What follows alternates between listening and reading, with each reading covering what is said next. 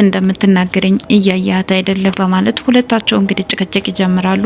ኤላም የሁለታቸውን ጭቅጭቅ ላለመስማት ሲል ተናዶ ቤቱን ለቆ ይወጣል። ውሃ ጠማኝ ውሃ ስጭኝ ስትል የነበረው ሊዲያም ወንዝ ከወረደች በኋላ የወንዝ ውሃ እንድትጠጣ ብርሃኔ ብትጠይቃትም ቆሻሻዋ እንዴት ነው መጠጣው በማለት መጠጣት እንደማትፈልግ ተናገራለች። ፍቅርም ፌስቡክ ላይ ሊዲያ በፖስተችው ፎቶ ስለተመለከተች ተናዳ ለእናቷ እያሳየቻት ነበረ።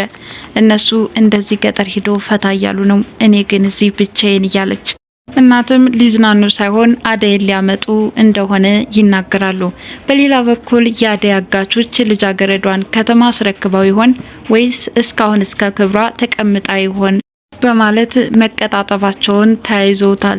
ታዲያ አቶ ጫኔ የሚባለው ሰው ወደ ውጭ እንዲወጣ ይሆናል። አለልኝና አደይ እዛው የታገተችበት ቦታ ብቻቸውን ናቸው። እነ ዴቭም አደይ የታገተችበትን ቤት በቅርብ ርቀት እየተከታተሉና ከዚህ ናት በጥንቃቄ መግባት ይኖርብናል እያሉ ነገሮችን በጥንቃቄ ማስኬድ እንዳለባቸው እየተመካከሩ ሳለ ከኋላቸው አቶ ጫኔ ይመጣባቸዋል። ዴቭና ደመቀ ሩጠው ሲያመልጡ ዴቭ ግን የአቶ ጫኔ በትር ደርሶበታል። ብርሃኔም እህቴ አሁን በምን አይነት ሁኔታ ይሆን ያለሽው በማለት በመጨናነቅ ላይ ናት። ለልኝም ሆነ ጫኔ ካገኙት ሴት ጋራ መተኛት ነው የሚያምራቸው፣ የሮማን እጣ ፈንታ እንዳይገጥማት እንጂ በማለት ስጋቷንም ትገልጻለች። አይዞሽ እህቴ ከሷ ፍላጎት ውጪ ምንም አይነት የሚሆን ነገር የለም በማለት አሸናፊም እህቷን ሲያጽናናት ነበር። ታዲያ ብርሃኔም የሆነውን ሁሉ ለሮማን ልትነግራት ወደ እሷ ስትሄድ ሮማን ግን በጥሩ ሁኔታ ላይ አልነበረም ያገኘቻት።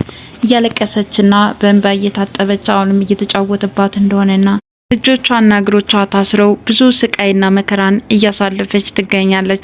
ታዲያ አደይም የኔ ጣፈንታ እንዳይገጥማት ፈጥነሽ እህትሽን ልታድኛት ይገባል በማለት ከእህቷ ቶሎ እንድትደርስላትና እንድትታደጋትም እየመከረቻት ነበረ።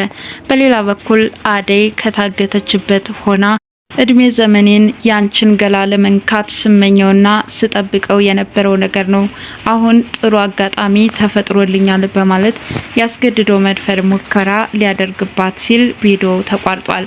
ምናልባትም አደይ ያስገድዶ መድፈር አደጋ ይደርስባት ይሆን ወይስ ጉዞ የጀመሩት እነ ዴቭ ደርሰው ያድኗት ይሆን? አብረን የምንመለከተው ይሆናል። ለዛሬ ሰራተኛዋ አደይ ይህንን ይመስላል። በቀጣይ እስከምንገናኝ ድረስ መልካም ጊዜ ይሁንላችሁ እያልኩኝ ለዛሬ ተሰናበትኳችሁ። አመሰግናለሁ።